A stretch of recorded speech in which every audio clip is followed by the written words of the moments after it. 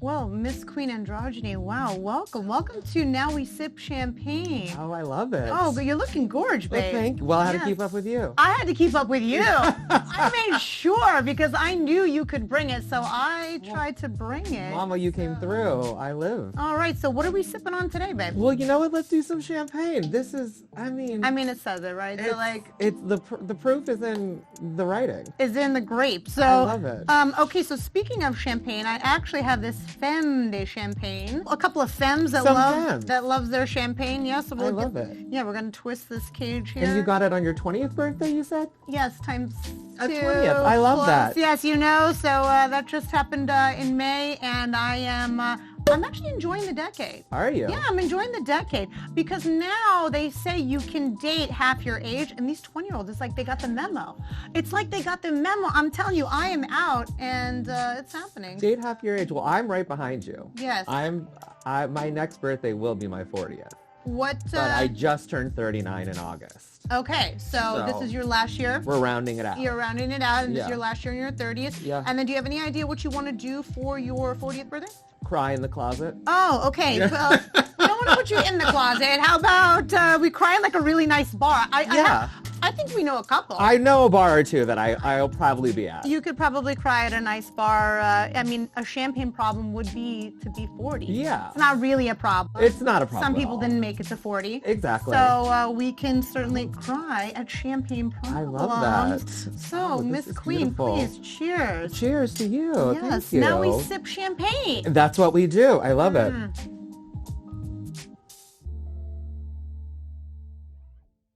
Queen Androgyny, well, welcome to the pod. Welcome to Now We Sip Champagne. Oh, I love it. Cheers. Are you going to die over there with this thing in your neck? No, I mean, you know all about mics, babe. So Yeah. just like put that thing where it needs to be. I know, but usually I either have the mic or I got my Britney Spears headset on. Right. This is my first podcast. So I'm learning as we go. I feel like in a couple glasses of champagne, I'll be a pro. Yeah, so let's just keep. Yeah, just keep going. cheers. I love it. Okay, yeah, And as we said, we have this femme de Oh, champagne. we love it. Femmes can do anything. They can do anything they want. Can do anything. They can start a podcast. They can totally start a podcast. They can start a podcast, and then they can invite the queens that actually help their business go around to be on that podcast. Loving this. To tell their story as to how they became a queen and then eventually found their way to a little ice cream shop with a storage room and bag. You know what? I feel like that you're meant to do this. Like you should play this out. You should write this somewhere and make it become reality. So remember when I left you your very first voice note? Okay, so you are if people don't know you, you are queen of the voice notes. I'm queen of the voice. As a matter of fact, queen of the voice notes. the best friend, the small council, the ones I go to with everything, they were like, oh, you should make the handle voice notes. You should. Yeah, yes. I have gotten a voice note here and there, like through my travels and stuff like that from friends or whatever, but I've never experience like you pop my voice note cherry. And I like the first time you ever get a voice note from somebody and it's considerably longer than 30 seconds, we'll say that. Yeah. And then you go to work the next day and your bartender is there who's worked for you for years and you're like, oh my God, I thought I was in so much trouble. I thought it was like the things aren't working out. We have to let you go. Because I was like, who leaves like a 25-minute voice note just out of and Drew was like, oh, that's normal. Yeah, that's just every day. Normal. I was on that Body by Mark. You probably saw that thing. I was picked up. He's somebody that goes around and he asks like, what do you do for your workouts? Anyway, It was like off the cuff and I'm just like rattling on and I'm just like, oh my God, this is what I do for my workouts. And I'm going to do pull-ups right here. And Mark, I'm so excited to see you. Like, da, da, da, da. And like everyone in the comment section is like, what kind of fucking drugs is this girl on? And Drew was one of the first ones. He was like, oh no, that's just you. That's just you. That's just so you. Yeah, that's it complete. Cause I mean, trust me, when I first started hearing you, you definitely sounded like you were like on speed the whole time. I've never done cocaine. Is that crazy? I was born and raised in Vegas. I've never even tried cocaine. So this is just, I'm Syrian, so I feel like that's really what it is. It's just that anger that probably lives inside, like, Middle Easterners. They just always like to rage a little. So, a little. it's really just always kind of been me. And I think that inherent energy that I have is the reason why like I want to do this and I want to do more, and it is just who I am. It's a double-edged sword. It can be good, it can be bad. But yeah, I so love I'm it. I'm leaning into talking a lot. So I love it. but you know what? We're here talking about me being a great talker, a great speaker, a great host, but you're the queen of this shit. Well, my mom always said I have a BS and BS. And I'm here for it. I was given the gift of gab.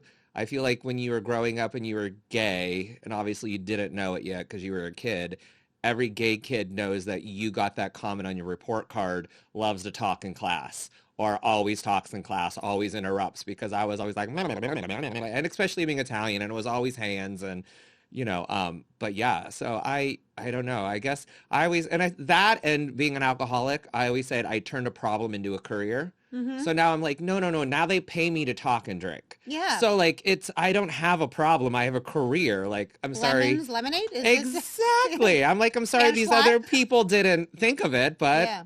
that's called turning a frown upside down. That's what it's called. That's it. So let's take it back there. Okay. So you said that you were a kid and you didn't know that you were gay. So when did you know that you were gay? Um, I feel like during high school, of course, like anybody, I went through that, I don't know, period of time. And I'm from a small town. I'm originally from Erie, Pennsylvania. So it's small and way small compared to New York. But as far as towns are considered, I mean, we have 100,000 people. So I know people that are like, my town was 5,000 or in the hundreds. I'm like, okay, no, that was a small town. So my friends like to make fun of me because I always say I'm from the fourth largest city in Pennsylvania, and they're always like, the fourth largest city. I'm like, yeah, we are. But yeah, so I grew up in Erie, the Mistake on the Lake. So yeah, I started figuring it out, and through high school, then I went to a conservatory, performing arts conservatory for college, and obviously, when you're there, you're like, all the freshmen are like, oh my God. I mean, everybody was flaming homo. And then you're like, I can be myself and no one's going to judge me. And even still for my first, I will say this, like, I know, and everyone's going to be like, this is a lie. I actually dated a girl my senior year of college because I was still not sure that that's the route I wanted to take, because I was always about connection with people, not necessarily equipment.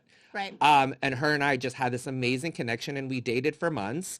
And it just didn't work out, and it was fine, and we're still friends to this day. But yeah, and then after so you are Will and Grace. We were just this is your wag. Exactly. Yeah. And then after that, I went to boys, and I haven't looked back since.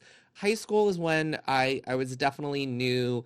All of a sudden when you're looking at your best friend who's a dude, and all of a sudden you're like, all right, this isn't how normal dudes look at their best friend. And I was a dancer, and I was in theater. And so, I mean, looking back, you're like, duh. Yeah. But, when you're in the thick of it, and I didn't really have, I think, I knew at that point, like, even the gay people I knew didn't know they were gay yet. So, like, one of, if you know theater, Nick Adams, who's a Broadway star, he's obviously gay. He's married, has a husband, has been all over. Him and I went to high school together. Mm. So, but he was a senior when I was a freshman. And like, when we were there, he didn't know about him. So like, he was the closest thing I could look up to. But when you don't know, and the person you're looking up to doesn't know, yeah, how do you know? Right. And in my city and in my family and stuff, like I said, I'm from an extremely Italian family. It's not something that you talk about. It's very, it's common, but it's not talked about. Exactly. Honey. Like, everybody knows, but no one knows. Right. So it was just always that. And yeah, then after I went to school for dance and theater, it all sort of came out. And then I guess, then, there was the telling of the parents. And then. How was that?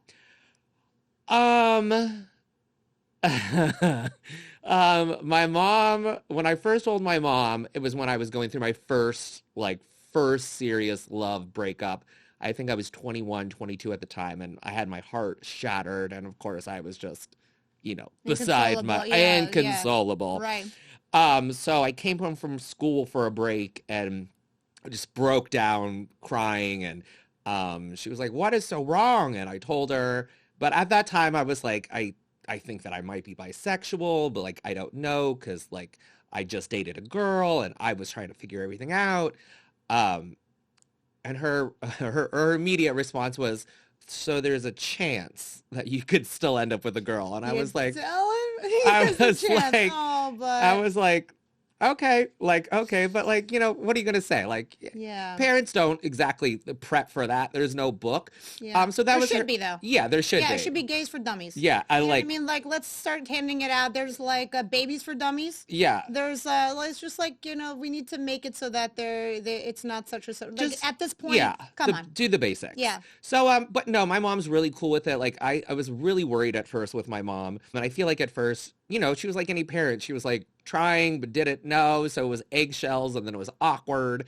And but now, like, my little sister's getting married in October, and like every day I get, what do you think of this dress? What do you think of this dress? What do you think of this? What do you think of these shoes? What do you Yeah. think of this necklace? Like, she can't function without the approval of the gay son. And I was like, my, how the tides have turned. Little does she know that the gay son is God's gift on earth. Oh, I could not 1,000%. exist without the gay son. Holy Yeah, shit. we're the So, one who keeps you in alive check. and going, and Yeah. just nobody loves you like a gay son. No, and Nobody. for my brother's wedding, like my sister and brother were there, and she was trying things on, and she was like, how did this look? And my brother and sister were like, you look great. She was like, your opinion, not you, Yeah. you. And Yeah. I was like, all right, we need to change the shoes, and the necklace is a little too. And she was like, Yeah. thank God. And I Thank- was like, you just know. You Yeah. just know. So, Thank God and for the then gay. my dad and I never really, my dad is considerably older than my mom. My mom had me when she was 20. My parents are 17 years apart. And they got divorced before I was even 2. Is your father Leonardo DiCaprio? Just Yeah, kidding. You would think. Yeah. So my dad and I never really had the conversation. There was never a time where I was like, Dad, I'm gay. It was not talked about, and then it was, how's your roommate? And then to this day, it's understood. He knows. We both know. My partner, he loves my partner. I don't really think it's because he's gay. It's because he's going to school to be a doctor. I think that's why he loves his partner. That's the thing that can trump that. You got to lead with that. Exactly. I'm gay, but he's a doctor. Yeah, exactly. You're like, I'm dating a doctor and I'm gay. oh, because Yeah. that's what he hears. He hears Yeah. doctor, not Yeah. I'm dating this dude. So yeah. So but again, I always say, like, when you're like with parents, especially when you're our age, and your parents are like, my mom's like just hit her 60s, but my dad's approaching 80. I'm like, they're doing the best they can with how they were raised. That's 100% right. Like, yeah. you can't explain a leper to change their spots. Like, he's doing everything. Is he gonna fuck up? Yeah. Like, it just is what it is. You can't expect them to be perfect, especially when they've never dealt with something like that. So, I mean, I always joke about my parents at my show and stuff like that, but as part of my bit. But, they do the best they can with, I mean, sometimes I look at me and I'm like, what do you expect them to do? Do you see the life you're leading? Like, you're not exactly the traditional child that every, parent hopes for or gets. Yes and no. I understand, and I appreciate you being actually so kind about it. I'm a little bit more actually intolerant of that, because I feel like any parent, what they hope for their child is for them, obviously, to be healthy, to be happy, to be a good person, to pursue their passions and their dreams. And it should never be on that list. And also, have sex with a certain gender. And this is just always how I'm born and raised in Vegas, right? So like, that was never something. And I understand, I have half sisters that, my stepsisters, they live in Iowa. They come from a different background. I understand there's different pockets of the cities and the states and where you're brought up, but that was just never something like common. Like, I was raised in a casino. My mom was wild. So the idea of you can't be gay or you can't be this or you can't be that was never something I grew up with. And I've also always led a very loud life. I've always been exactly who I am. I mean, Pride is one of my most favorite times, and it's really just about being exactly who you are. So for me, and I've had some of my best friends, one of my best girlfriends, when we first met, we worked together, and I automatically knew she was a lesbian. She was telling people she had a boyfriend, and that we were out one night, actually. We were drinking, we were in K-Town, and she like wanted to hold my hand. I was like, babe, you're gay, I know. And she started crying and finally was able to come out. I was like, yo, fuck this shit up. We got to tell your parents. And I came out to her parents for her because I was like, we're not living this life like this. You should not be, we don't want to be tiptoeing. You only get one chance. And, and I'm also the one to say that if I understand that blood is thick, but water is better for you to drink. So if the family that you were born into is not going to be supportive, you're going to find the family that you bring in for yourself that is going to be, and you have to ferociously look out for yourself. Yes. And yes, you can be kind about your parents and their background and that they came from a certain time, but then enough is enough. Yeah, no, I definitely like in therapy, because I'm a huge mental health advocate, something that I definitely have learned is setting boundaries. You know what I mean? Like I can give you up until A or B, but after that I have to be like, okay, Yeah, enough see is you enough. later. Yeah, exactly. See you later, baby. See your way yeah, out, babe. Yeah, because yeah, so I've had, there have been many a times where I've had, especially I would say more so with my dad than my mom, some falling out and stuff, because you have to put yourself first. You have to just be like, this is who I am and this is who I'm going to be. And nothing's going to change that. So you can decide, I'm not 12 anymore. I'm at the time I was like, I'm a 25, 30-year-old man. If you want to be in my life, you have to bring something to it. Yeah. You have to add to it. Absolutely. Never bring anybody that's subtract. Like, Yeah. what do they talk about? This girl math? Yes. This is what it is. Yes, Adding this only. is the gay math, honey. Yeah, gay math and whatever. Just all math. All The math. only math that you need is addition. Exactly. Addition. And this subtraction, anybody that comes in your life should be adding to it. We should always be adding to each other's, no matter what kind of ship it is, relationship, boyfriend, girlfriend, mother, father, a friendship. You definitely want people in your circle that add to it, and that there is no exception for blood relatives. Absolutely not. And Yeah. do you have any siblings? I do. I have two. So my father is, like I said, from Syria, and he first came out. He married a French woman for papers, just like get it done. Yep. And then she actually fell in love with someone else, and they divorced. And then he found himself in Nebraska. The casinos were there. Yep. My story is one for a different episode, but my father is actually a very professional criminal. Love it. In the gambling world, yeah. But he met Gwen, my sister's mother. She was a concierge at a casino, and they married, and they had Amber, my first sister.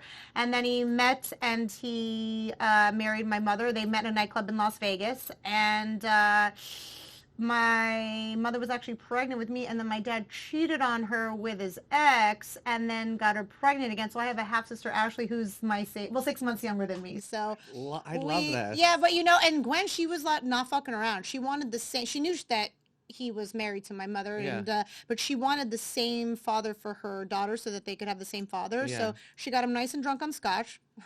Cheers to the alcoholics. Hello. And so I do. I have two. And yes, it was very tragic in our family for a minute because like my mother was like a ride or die for my dad. My dad, did a lot of things, and she was like, just no matter what, just like don't cheat on me. Yeah. And he cheated on her, and he loved her. They loved each other. They were like Lucy and Desi, as in like they were the loves of each other's lives, but also super irresponsible, and both of them wild. It's much better that they're apart. But my my mother did divorce him. That's the one thing I definitely respect about her is that she did stay through a lot of shit, and it's like, but she found out that he cheated. She was like, nope, done, divorce, and didn't even hesitate. So it was rocky in our family for a bit, for sure. But then I decided on my own that I wanted a relationship with with my two sisters, because Amber came before me, and I was born, and Amber was my big sister. And then we didn't find out about Ashley until later.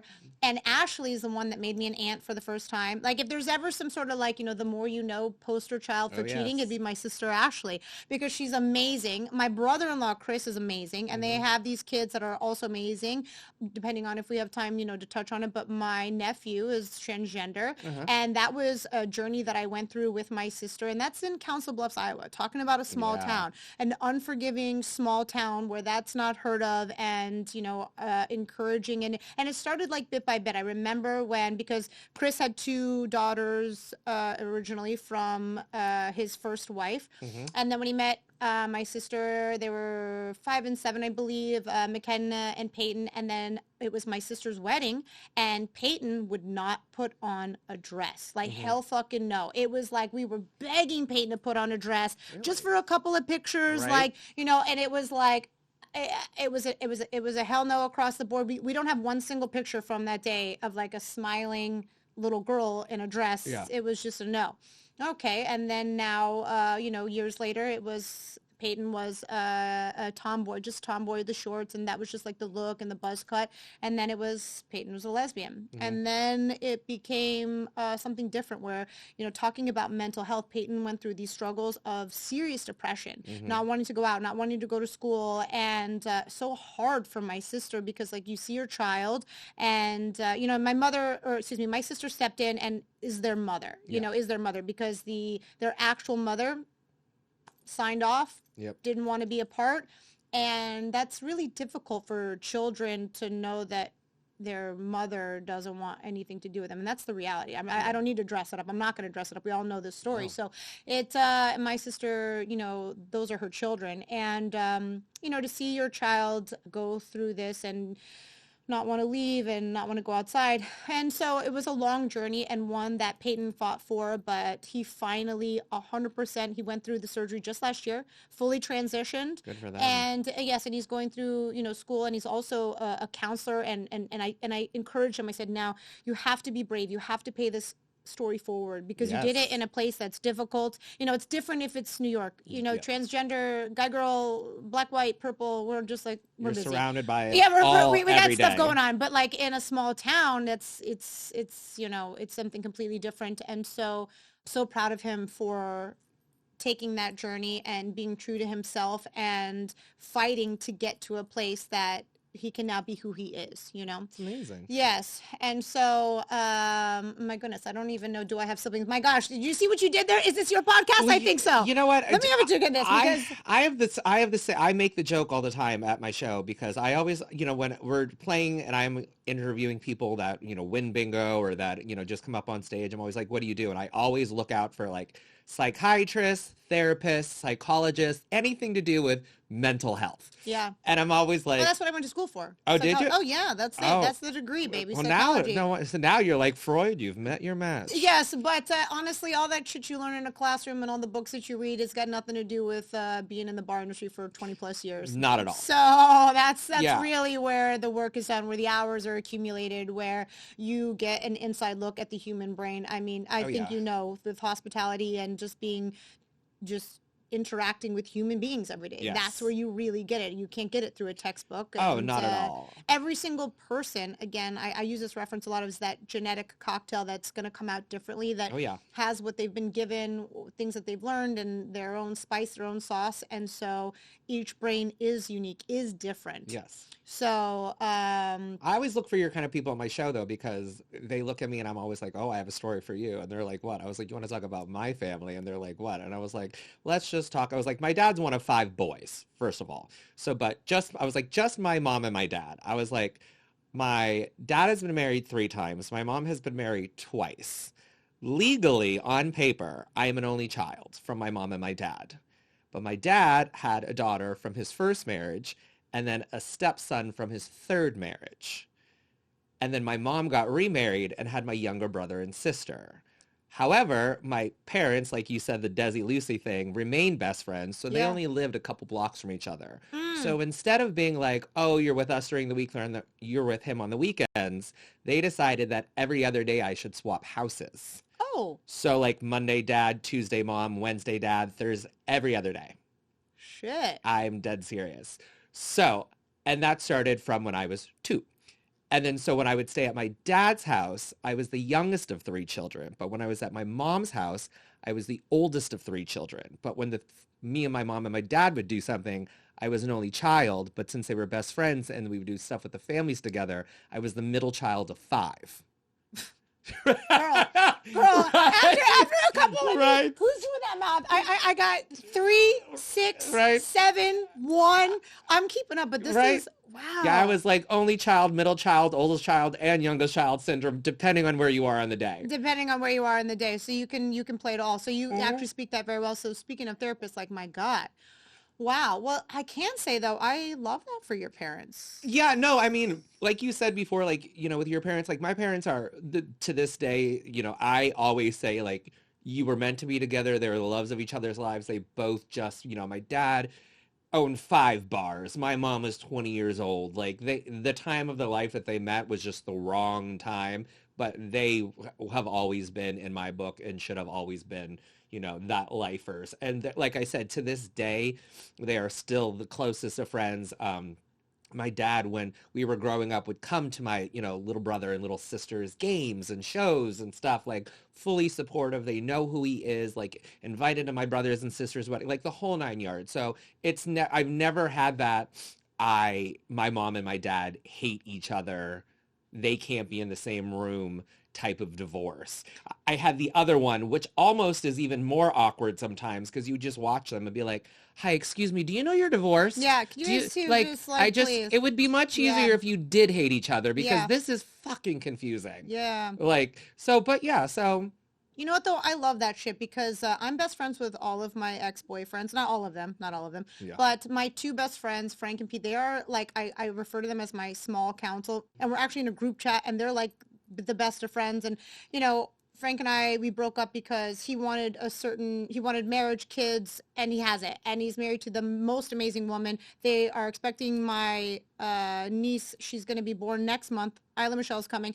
And, we broke up. We met at the gym a million years ago, and we broke up. And we broke up because it's just never been what I wanted, the marriage and the kids thing. And it was like a week after we had broken up, and he was like, I miss my best friend. I'm like, yo, I miss my best friend too. Like, can we just like rap about our shit? And so that was a long time ago. We dated for 5 seconds, but he's like my brother. It's even weird to think about us dating. And like, but he's my soulmate too. Yeah. He's my soulmate. And I tell his wife all the time, like, soulmate, it doesn't come in just one form. It doesn't come in just one way. And the soul is so big, it can be shared. Like, I am so grateful for Christina, and like, she's like my heart. And like, but I couldn't live without Frank. I can't live without Frank. And then Pete is also someone who travels, and he's just like, he's also, when I was first dating Pete, it was like on our first date, it was like, my ex is my best friend. I talk to him every single day. This is not up for discussion. You're going to meet him if you hang out. Like, that's it. End of story. And so they're like best bros, these two little Long Island guys. But and everyone's like, that's, your ex-boyfriend. I'm like, yeah, like, I have to tell you how we met. I mean, we dated for 2 seconds and then whatever, but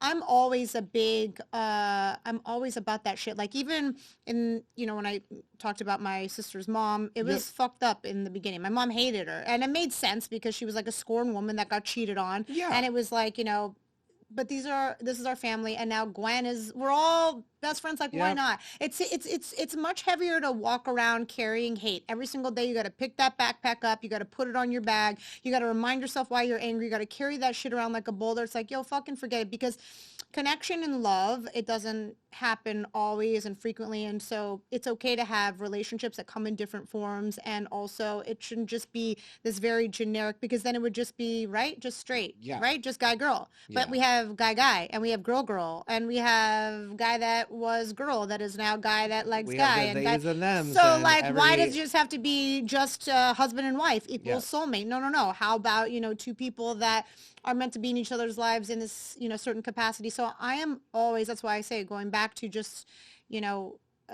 being very proud of who you are, but also it shouldn't just come in one form, one way. No. Like, look at us. Yeah. You know what I mean? Like, life isn't, it's hysterical that you said that, because that just triggered in my brain. If the people are watching or people are listening. So I've worked for you for like a year now. Yeah. Yes. You are my queen. Yes. You are my queen. This is the first time we've ever met in person. Ever. And I find hysterical. Is that crazy? Hysterical. So you first came on. So Celine, which is she's also one of my best friends in life. She transitioned to the next stage in her life and took on a new role and passed you the torch. We did drag bingo at Not a Speakeasy, my lounge on the Upper East Side. Yes. And I just, was just like crazy because I was doing like this build out, and I just, because you were opening Champagne Problems. Yes, and I was like, I just find me someone, and you know me. You know how I am. You know how I run the business. Yep. Maddie, my bestie, he was like, I've got just the queen for you. And so you slid into that role. And honestly, I've never even attended one of your shows at any of the venues. Yes. And I entrusted Drew, who's my guy over there, who's, was there, that's his place. Yep. And I remember in the very beginning, Drew was like, she's like this and she's like that, and I don't know. And I was like, you know what? I think you guys are going to find your way. Because I knew him, and he's like the most kind soul, and he's used to, he does good when he knows, and there's like this routine, and now you're this new queen, and you're coming in, and you're, probably louder and different or whatever you are. And now you two are like the odd couple, and it's the Drew Androgyny show. I love it. Yes, and so then we moved the show to UES. Yep. The ice cream shop speakeasy on the Upper East Side. Yes. And you're a hit, babe. I love it. That it's so fun. Like when you were like, when we were transferring, not a speakeasy, transferring out of there, going to the UES, I was like, an ice cream shop. Like I had never even been. And, I was like, Drew, and then, of course, I was worried. I was like, oh, my God, I would have a new bar staff and I have to do everything. And luckily, you are smart enough as a business person where you're like, I'm moving Drew over there with you. I'm not breaking up this. Yeah, no, I didn't want to. Yeah, no, you guys really. Mm-hmm. And it's so funny because I feel like if you met both of us in person, you'd be like, there's no way. Like, we're just not. We're completely opposites. But it reminds me so much of my little brother, because my little brother, who's 6'4" and 250 and plays everything with the ball, and he's just that dude. Like, he's one of my best friends. And, like, I always click with those people because I'm like, it's just so easy because I'm like, we're both just so like, here it is. And it's so genuine, and you feed off of each other, and it's so, I always call him like my work daddy, Drew. I love Drew. I love Drew. He's the best. Drew is one of those, and, he had his own episode where, like, you look at someone like Drew and you automatically have your assumptions. Oh, 1,000%. Right? And this is what we know. Like, when people maybe look at you, look at me, they have their assumptions. They think Drew is going to be something. And then come to find out, he's, like, the kindest, softest soul, soft-spoken, where he needs some balls behind him, and you're those balls behind him. He's definitely soft-spoken. I know when I first met him, I was like, here's Eminem. Yeah. That's exactly what I was like. Yeah. Here we go. But I'm like, he's so soft and he's so sweet. And all of my gay friends, when they see my post and he's in them, they're like, who is that? I'm like, back off. That's my work husband. And he is straight and you will leave him be. That's mine. Yeah. Oh, yeah, definitely. I love it. But yeah, but no, I love the UES. What you do there, like of course, when Drew's making drinks and you make your specialty cocktails with the ice cream and stuff, and I get to try them, and I'm like, oh, this is like, who doesn't love ice cream? Who doesn't love booze? And when you put them together, I'm like, this should kind of be illegal. Like, I'm kind of glad I only have one show here a week, because I would gain 40 pounds just from ingesting the ice cream and the booze every single day. And I love it. And I love more so too that when I first walked in, I was like, ooh, because you didn't build it for shows. No, I didn't. That's shows. why I built Not a Speakeasy. Yes. Because at UES, it is very cocktail forward, date night forward. It is like your own little, the booths, and it was definitely not set up. And then we did have so many requests for performances, or you want to be able to do different things. And it was actually a comedy show that had approached us. They do, Buy Me Dinner first. They wanted to do Buy Me Dessert first. Mm-hmm. And they did this comedy show at UES, and it's okay, but if you have a booth, you can't see the front. Yep. And so when I built Not a Speakeasy, I wanted that seat. I wanted that, that stage where everyone is looking at you, so that we could do more fun things like that. That's why it was birthed there. But yeah, it's not exactly set up for that, but you know what? I kind of love it because, like, as a host, it made me be like, the first time I got there, I had to open my eyes and I was like, how am I going to make this work? Yeah. Like, how are we going to, this is a new challenge. Like, it is theater in the round. Yeah. Because no matter where you go, like, someone can see you, you're not safe, but you always have your back to somebody. Yeah. Like, so you have to think about how to encompass all of this at the same time. And I love it because I'm constantly moving. I'm trying to get to know everybody, interact with everybody. I feel like it keeps me more on my toes because it's not like, if I'm here and you can see me, and if I turn around, you can't. Like, there's no hiding. Yeah. There's no hiding. And I love it. It's become such this little cute little, like you said, it's very date night, quiet. Ironically, the one show, and I know Drew will remember this, we had a couple weeks in a row, a first date come there, and they all, for some reason, sat in the same corner booth week after week, always a different couple. Mm-hmm. And one of them would win. I'd be like, what are you doing here? They're like, first date. And I was like, again? Again. And they're like, yeah. And I was like, where did you meet? They were like, oh, Hinge. And I was like, again? Yeah. And they're like, yeah. And for like 3 straight weeks, I was like, okay, this is the Hinge sponsored Corner. dating corner. Yeah, like, what is Hinge, guys? Yeah, right? And Yeah. I would always be like, you guys are straight. And they were like, yeah. I'm like, and whose idea was it to come here? And they're like, always the dudes. And I was like, well, there's your first leg. Okay, ladies. But like, I was like, bringing you to drag bingo. I just say what I said. But like, joking around, having the best time. But yeah, it's just, and it's very, you never gonna know who's gonna walk through the door. Yeah. There's no, you're like, what's your clientele? It's who walks through the door. It's who, That's the clientele. People ask me that all the time for the venues, or like, what's your demographic for your speakeasies? And I'm always like, everyone, anyone, obviously Human 21 or beings, older. yeah.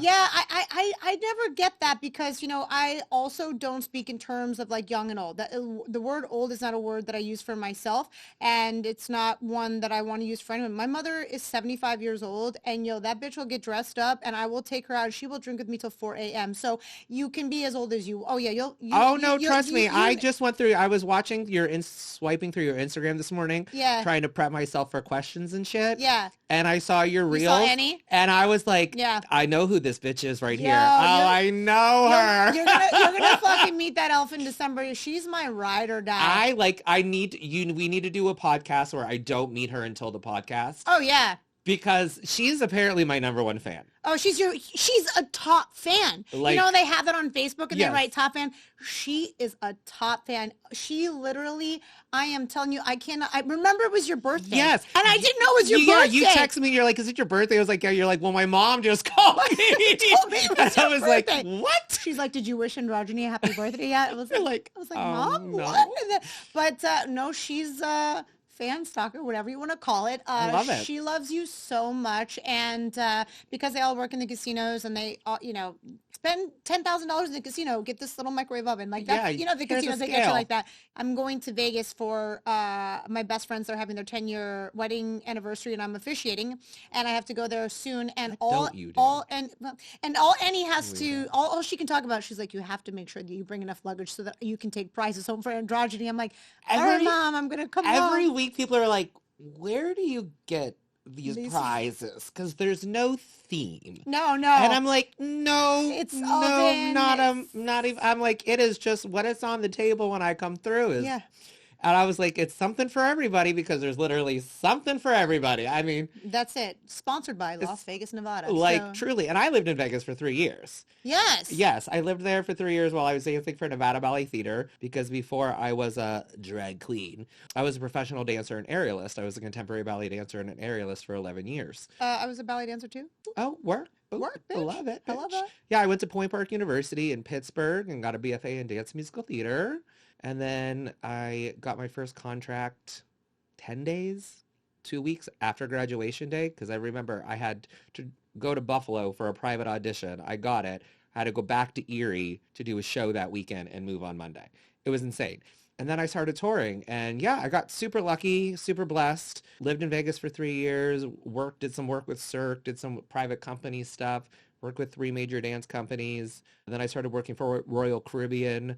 They came in, taught me how to be an aerialist. I was a dancer on Norwegian Dawn. Okay. On the cruise lines out here in New York. Yeah. I did it the opposite way, because I did the cruise ships towards the end of my career, where usually everybody does them in the beginning, but I always picked the smallest boats, and people were like, why don't you want the new big ones? And I was like, because they can't go everywhere, and I want to travel. Yeah. That's what I did it. So I did in my 3 years there, I did 60 countries in those 3 years. Oh, shit. Because I got lucky where I did my first contract. I got a nice one. We did all of Australia through the South Pacific, up the West Coast, and then we did Alaska.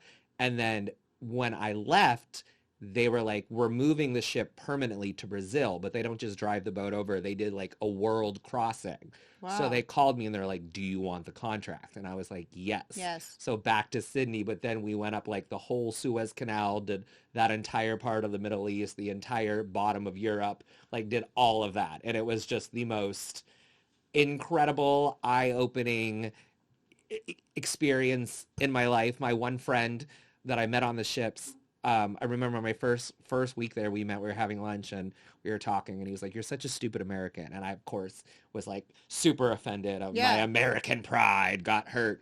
And he was like, "You'll get it." He was like, "You've never been outside the US. You don't like, you'll get it. You'll get it." And I was like, okay.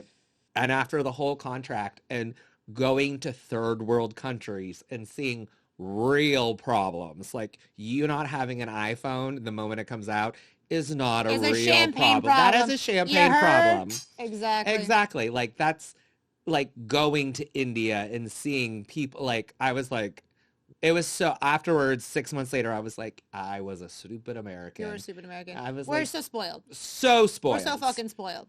And we are always so spoiled about problems we think we have. It's definitely something where you need to travel, you need to see how other people are living, because we've got it good. Even when we think we don't, we have it. We have it better than anyone, you know? On my worst day is probably better than most of their best days, you know what I mean? And I remember the one day this guy took us around in a cab in India and took us to all these places, and at the end of the day, it was only 3 of us, and he was like, I was like, "How much for the day?" And he was like, $20 American. And I was like, and he was like, "No, for everything." I was like, $20? I can't get a coffee for $20. Yeah, exactly. So Aperol spritzes are $25 here, right? So we all pulled out extra money and gave it to him. He literally broke down crying at the cab's place, made us take a photo with him for his wife. He's like, "I have 7 kids." He's like, this amount of money will let me take a day off and spend it with my kids. And I was just like, damn. Okay, my life, like the problems I have are not. So I was 17 and I worked on the Norwegian Dawn. I was dancing on the ship, and I was one of like maybe 3 or 4 Americans on the ship. And it was exactly that. It was so many people from the Philippines, from so many different countries that worked. And obviously the money that they were making, they would take home. Send back home. To take care of their entire families and just like, and they worked so hard. This was like, 20 plus years ago. 14-hour shifts was the standard. You know, obviously no 8-hour shifts and then it's overtime. No, fuck that. It was 14-hour shifts was the basic, and it was 7 days a week. You know, you had like an hour to skate off and like check out whatever you could check out. But it was 14-hour days, 7 days a week, and they never complained, and they just were working so hard for their family. So when you see something like that, it does put things into perspective, and it should check us. It's got to check us. And when we want to get angry about shit, we got to just take a fucking beat, because we are so fortunate. Yeah, I mean, privileged, of course, whatever, the word that wants to be used, that we're here. There's, of course, a lot to be, which is a whole nother conversation. You know what the thing is, though, and I know what you're kind of going to touch on. A lot to be angry when we have all this idle time, when we don't have enough, we make these issues. Exactly. We're fighting. It's kind of like kids in the playground. My toy, no, your toy. Like, this is not real shit. No, we exactly. Like the fact that we're still arguing about gay, straight, abort. Like, come on, guys. If we find something fresh to, but we got nothing else going on because we have everything. You know what I mean? So, okay, but I do want to get back into, because, we got to, it's about hospitality. I want to know. Speaking of which, can you pour me some more booze? May I, please? Because mine's getting empty, too. Hospitable. It's closer to you. And, so we have these glasses I love because they look good on the pod, but I hate them because I can't tell when they're empty. Well, exactly, yeah. And my guys know that, like, if it's, we're getting to a quarter left, we need to refill. So I'm going to just get this shit right. Listen, I know the owner of this place, so if we need to get more. She's a great gal. I hear she's a bitch. Well, but it depends what voicemail or voice note you listen to. What voice note that you're getting. And the truth be told is that I am always doing something, as you already know. I am always doing something. And for me to stop and text, it's usually I have to get from here to there, or I only have a couple of seconds, or I'm like on a ladder doing something. And so like I do have one free hand to just start the voice note, and then I could just be doing this while I'm also doing this, but I don't have time in my life to just be able to do like one thing. And my, nothing is as fast as my thoughts or the way that I speak. So I just want to get it out. I say finish the thought a lot. So we're going to finish the thought, because I am dying to know, Queen, how you got into being a queen. Why was that the choice? It wasn't. Sorry, I just broke my nail. Sorry at home, I lost one. It's part of it. Part of the thing. You just keep it moving, Just right? keep it punching. Especially in hospitality, you break a glass, just keep moving. I always tell them, like, just make it sexy, baby. Yeah, just if it's over the ice, just burn it first. Forget it. Yeah. Exactly. This is free. So. So I never wanted to be a drag queen. Ever. Never, ever, ever, ever, ever. I was like, nope. I was asked probably for 2 years before I ever first did it. Everyone's like, do it, do it, do it. And I was like, And I was always working with drag queens because I was a choreographer and I would always backup dance for them. And, I got into nightlife. I've been bartending since I was 15 years old. Yep. That's what happens when your parents own bars. You do shit illegally. Yeah. So I knew it like the back of my hand. I've been a bar manager and, beverage director at hotels and shit it's been crazy. But yeah, so I was, in a show at a bar that actually doesn't exist anymore, and we were doing this review, but it was called the Bad Bitch Review, and it was like a couple drag queens, some like what we call it like boylesque dancers, like it was a hodgepodge of show. They came up to me the one day and they're like, we're taking the show in a new direction. It's still going to be the Bad Bitch, but it's going to be all drag. And I was like, And they're like, so we don't want to get rid of you, but like either you got to start it or you're out. Yeah. And I was like, So I was sort of forced into it because I didn't want to lose the paycheck. Yeah. So I was like, all right, if I do this, I'm going to make some rules. Because if you've never seen me, like androgyny is very different. If you don't know what androgyny is, look it up. It's I was going to ask you. I know that word, and it's masculine, it's feminine, it's male and female. And I was going to ask you why you chose androgyny. So, yeah. Well, in the first couple months while I was doing the show, we just kept using my boy name, which was Anthony. But I was like, I don't want people to like find me on social media and stuff and find like my personal life that are drunk at a bar. Like that's weird for me because you do have to set some boundaries. You do. Yeah. So we kept going back and forth, and then we tried to like 2 names, and then we're like, well, whose family do you want to be a part of?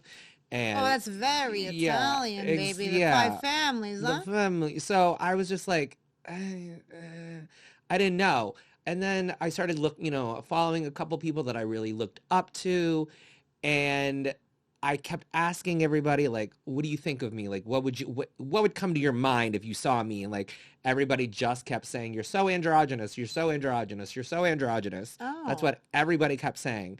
And then one night I was painting my face and I was like, why don't I just say androgyny? Yeah. Just like one word. Fuck yeah. And everybody was like, I was like, it's like Cher, just one word. Yeah. I was like, no family ties, no nothing, just androgyny. And everyone's like, oh, all right. So I did it. So on the basis of doing that, I made some rules. I was like, unless it's a show that specifically calls for it, like prime example, I do a show called Distorted Disney. I dress up as a Disney princess. That's not exactly androgynous. Okay, Cinderella looks one way. That's typically what it is. Yep. So I usually 98% of the time, I don't pad, I don't tuck, I don't give a fuck. I'm like, this is me. And when people are like, oh my God, she's got bare legs, or oh my God, I can see. I'm like, yep, it's there. It's right there. That's all it is. And people are like, why do you? I'm like, my name is androgyny. Right. Do you need me to explain it to you? I don't. You're and English. You do. You do sometimes. I mean, and I it's will okay to explain and to. Yes, but I was like, and it's also so funny too. Is like to this day, it just happened the other day. I got a poster with my name on it from a bar, and they spelled androgyny wrong, and I was like, it's literally Siri will autocorrect it for you. People can't spell, babe. It's literally, I was like, your English language failed you. Like it's not a cute an, or like, it's just the word. But yeah, so that's how androgyny was born. I never wanted her to be a thing. I thought she'd be a thing for here, and then thought, for dress up here or there for some extra bucks. And then I got my first show. I actually got a solo hosting show. I still don't know how that fucking happened. Oh, I know. But I got it. So I was hosting a Drag Race viewing party. And then I worked on Fire Island for 7 seasons. In my 3rd season in, the host of the pool show retired. And my now best friend, Brenda Darling, was the co-host. Oh, I love Brenda. We love Brenda. We love Brenda. She's an all intense. She's not officially my mom, but if I ever had a mom, she'd be it. Yeah. Oh, yeah, those splits? Oh, yeah, girl. Forget about it. She's incredible. You want to know the funniest story about in the world? And I'll make this, I'll do full circle. So Brenda and I, she was like, I'm going to bring you on and audition you. And then a couple queens throughout the summer never showed up for their audition. Yeah. But I lived on the island because I was bartending at the time. Okay. So she'd call me and be like, I need you to be in drag in like an hour. Great. And da-da-da-da. And so the next season I took over the pool show with her and we did it for 5 straight seasons together. But she was like, you don't know what you're doing. I have to teach you. Because in the beginning, I really like wanted to be like Bianca. And I was like, I'm going to be an insult queen. Which did not work. And the reason it didn't work is because at the time, which so many baby queens now think, insult queen does not mean you're just mean. There's a whole technique behind it of how to do it, how to deliver, how to always make sure it's about you, how to not, like there's offending people and then there's offending people. Yeah. And I was in my first season offending people. And Brenda was like, if we're going to make this work, I have to teach you. And like every single week would break it down. And, you know, every time I got in trouble, she would fight for me. And that was more times than I can count. And then same thing with my makeup. She's like, every weekend, I'm going to teach you one thing about makeup. Because in the beginning, I look back at photos, I'm like, Jesus Christ. Oh my God. And Come on, now you can teach me because I don't know how to put on makeup. You don't want to look like a clown, I promise you. You look gorgeous. You look gorgeous. So yeah, so that's how it all started. And yeah, the pool show is sort of like my rise to, oh God, this is happening. And then I was working events manager at a hotel downtown, and they were completely doing a gut. So like, well, there were 7 managers, 5 of us left, our boss left, everybody got out because it was just got bad. And then that was the moment where you're like, are you going to do this or not? Like, now is your chance to be like, are you going to take the leap and see if it works full time or not? And so I was like, let's roll the dice. And that was a couple years ago now. So I've been doing it full time now for, God, I don't even know how many years, maybe 3 or 4. Some months are great. Some months I'm working 6 nights a week. I'm rich and I love it. And there are weeks where I'm like, well, I haven't worked in 4 days or 5 days. Yeah. And now I'm going to sit here and eat my ramen out of my cupboard. But that's the freelance life. Any artist knows that, you know, sometimes. Any artist knows that. And when you are an artist or when you come from that camp, man, there's really no other place for you to go. And we all do it because we love it. And maybe we could make more money doing other things, but we can't do anything else because this is just exactly. what we do. And that's what it is. It's like every time I'm about to cave, I'm like, oh God, I'm going to cave. And I'm going to go back to like a job. Within 48 hours, I'll get a phone call. Hey, we have a new show for you. Hey, we have a new venue for you. Hey, and then all of a sudden you're like, okay. And then things just start happening. And you're like, shit, I'm back up to 5 days a week now. I couldn't even do that again. Don't worry. Next up is going to be, you're going to be a podcast host for Queens. Oh, perfect. You'll go ahead and probably want to take the room, interview Brenda. All right. So. Sorry to cut you off. So Brenda, okay, so best friend, 2nd year of doing the pool show, we come to find out she taught me in college. What? We're sitting at the bar, we're talking about ballet, talking about our favorite ballets ever. And I was like, oh, my favorite is this ballet called Pray by Rhonda Jesus. She's like, oh my God, me too. I was in it. And I was like, I was in it. She's like, how are you in it? You weren't in a company yet. And I was like, oh, this company Giordano came and said it on us at Point Park. And she was like, I was the one who said it. And I was like, what? And she was like, oh my God. And I was like, and 10 years later, we met in drag at a bar and realized that she had been part of the group that taught us this number. Wow. And it was just. That's mother. I was just like, if that isn't full circle. That is. I don't know what is. Cheers to Brenda. Cheers to Brenda. Cheers to Brenda. Yeah. Okay, so you were a bartender. Last 30 seconds. Yes. Let's get into it. Favorite thing to drink? Tequila. Straight? If it's good and chilled. Yeah? Yeah. Favorite drink to make? I hate that question, but what is it? Favorite drink to make, I would say, I have my own recipe for Cosmo. And my mom and her girlfriends, they like die over it. I like any like craft cocktail that people really like to drink. It doesn't bother. I don't mind the work. So any drink that annoys you when they order it? Oh, anybody that asks me, what's your favorite drink? I know. Or like, I like something sweet, but not too sweet. Or I'm like, so you want a fucking Bud Light? That's what you want, okay? Leave me alone. Fucking Bud Light. I just, anybody that, or when you're bartending and you're 3 deep and you finally get to somebody and you're like, what do you want? What do you I'm like, I don't have time for this. Get it in, baby. Like, Come on, just call it order out. the Corona or the shot and call it a fucking day. Like, I'll promise you, when I come to your bar next, I will just get whatever you're serving me. And cunt, honey. Miss Queen Androgyny, may I please say thank you, because you are truly a queen in and out. Thank you. Your story is incredible. Thank you for sharing it with us. Thank you for being a part of the hospitality industry, for bartending, for serving us drinks, for serving us laughs, for serving us looks, baby. Honey. Because you are fucking fire. Thank you. And I can tell you right now, being a mirror looking at you, that you were meant to be exactly who you are. And we thank you for taking us through this journey with you, and cheers to you, babe. It's been my pleasure. So now we sip champagne here, yes. Absolutely, maybe we love tequila it. next time. Hello. Yes. I've always got time for you. Cortney and Androgyny, now we sip champagne, coming from you. Cheers. Cheers.